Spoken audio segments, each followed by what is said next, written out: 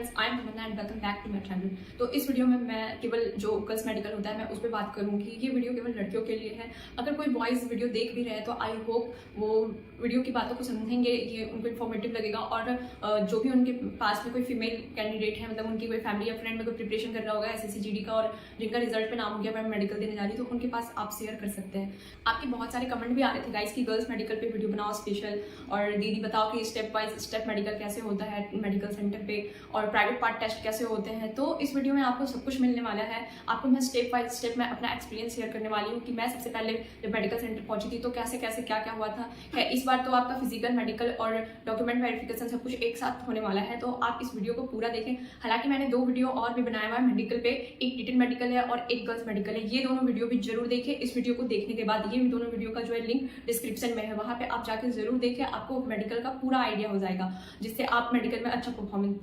मेरा जो मेडिकल है वो ITPP कैंप रांची में हुआ था और रिपोर्टिंग को 7 बजे का था, पर मैं पहुंच गई थी वहाँ पे 6 बजे। और उसके बाद फिर इंटर हुआ, 7 बजे से एंट्रिंग स्टार्ट हुई। वहाँ पे बायोमेट्रिक स्टार्टिंग में हो रहा था मेडिकल के टाइम पे, सबसे स्टार्टिंग में ही बायोमेट्रिक हुआ था, मतलब आपके आधार कार्ड से फिंगरप्रिंट मैच करवाते हैं वैसा, ठीक है। एंट्री होते ही मेरा ऐसा हुआ था।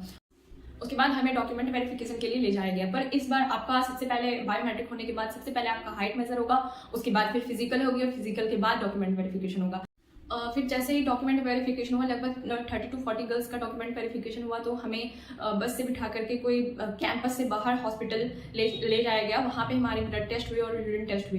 गैस यहाँ पे आपको ध्यान देना है कि जब तक यूरिन टेस्ट ना हो तब तक आपको बहुत पानी पीना है और कुछ मतलब अवॉइड करना कुछ खाने से, ठीक है। सिर्फ पानी पीना बहुत बहुत बहुत, ताकि यूरिन में आपका कोई डिफेक्ट ना आए, प्रॉब्लम ना आए, ठीक है। ब्लड टेस्ट से पता चलता है आपका शुगर, हीमोग्लोबिन, ये सब टेस्ट होता है। और फिर तो ब्लड और यूरिन टेस्ट होने के बाद हमारी अपर बॉडी की एक्सरे हुई। उसके बाद हमें ये 3 टेस्ट हॉस्पिटल में होने के बाद हमें वापस से कैंपस ले जाया गया, और ये सारा प्रोसेस होने में पूरा शाम का समय हो चुका था। और हम शाम को जब कैंपस पहुंचे तो हमें एक रूम में, जहाँ पे डॉक्टर मैम बैठी हुई थी जो हमारा मेडिकल करेगी, उस रूम में लगभग 20 से 30 लड़कियों को एक साथ एंटर कराया गया और एक साथ मेडिकल हुआ, हम 20 लड़कियों का। तो मेडिकल में सबसे पहले, और गाइस हाँ, मेडिकल का जो रूम का बात करें तो उसमें प्राइवेसी का बहुत अच्छा ख्याल रखा गया था। पूरे विंडो में पेपर से कवर किया गया था और डोर भी लॉक रहते थे, तो जिसके कारण बहुत घुटन भी हो रही थी और मेरा तो बहुत ज़्यादा ब्लड प्रेशर लो भी हो गया था। तो गाइस अपने पास कुछ फ्रूट्स रखें ताकि आपका जब ब्लड टेस्ट और यूरिन टेस्ट हो जाए तो आप कुछ खा सको।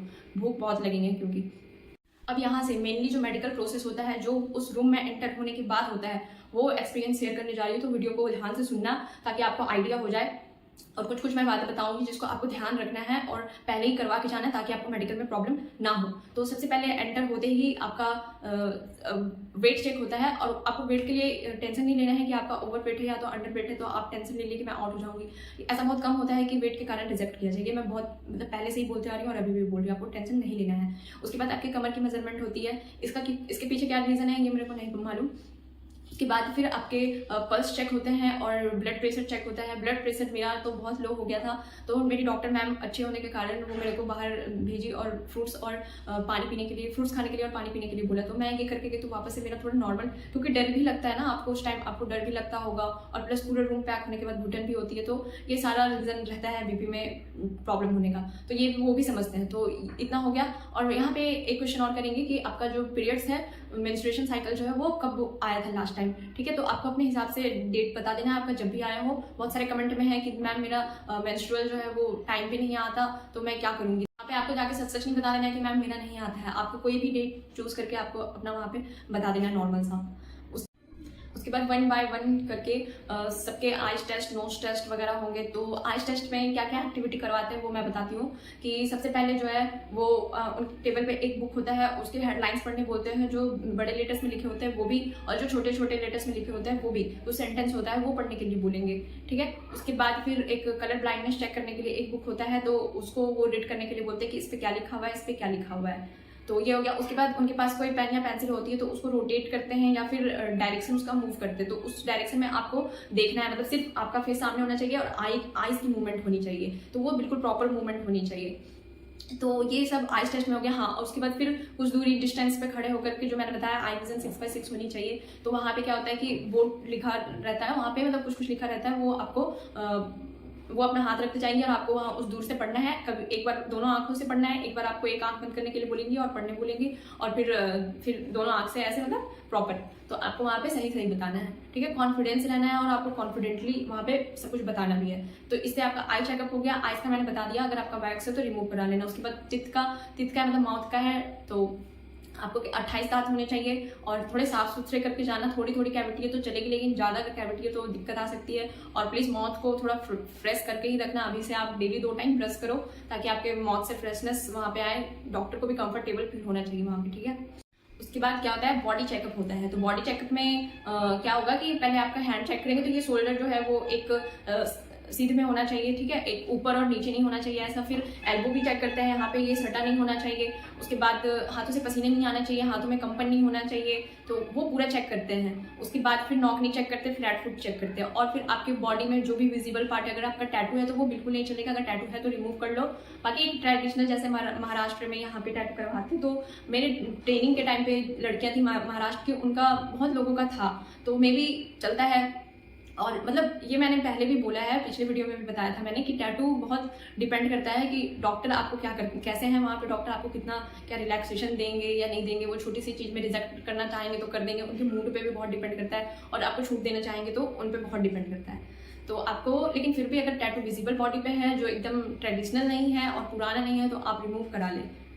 वेरिकोस वेन्स हैं वो नहीं होना चाहिए। तो ये सब सारे प्रॉब्लम्स हैं। और कुछ एक्सरसाइजेस करवाते हैं वो, जिनको आपको प्रॉपर करना है, जिससे पता चलता है कि कहीं पैर की हड्डी, उंगली की हड्डी कभी टूटी तो नहीं है। जैसे आपको इस तरह करके हाथ पैर बंद करने बोलेंगे, हाथ को रोटेट करने बोलेंगे पूरा सीधा करके, तो आपको कोशिश करना है कि अंदर से ही हम हाथों को मूव करें, ठीक है। और उसके बाद ऐसे बहुत छोटे छोटे एक्सरसाइजेस करवाते हैं वो, जिसको आपको करना है। अगर बॉडी में कुछ निशान वगैरह है तो वो पूछते हैं कि ये किस चीज़ का निशान है। तो एलर्जी का अगर निशान होता है तो वो एक्सक्यूज दे देते हैं, उससे कोई प्रॉब्लम नहीं है।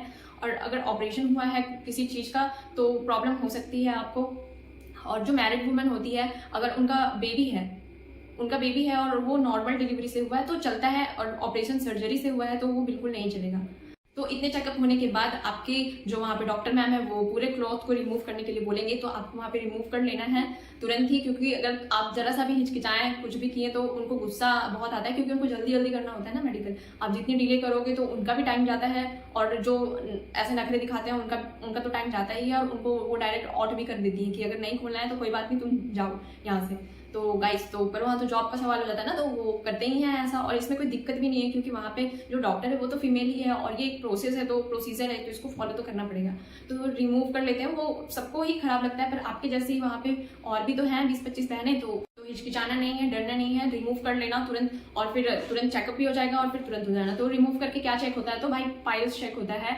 और अपर बॉडी में बात करें तो ये ब्रेस्ट में आपके गांठ है क्या, ऐसा चेक होता है। तो ब्रेस्ट कैसे चेक होता है, वो आप लेट जाओगे, आपको लेटाया जाएगा और प्रेस करके वो देखती हैं। और उसके बाद फिर लोअर बॉडी की बात करें तो आपके पाइल्स चेक होते हैं।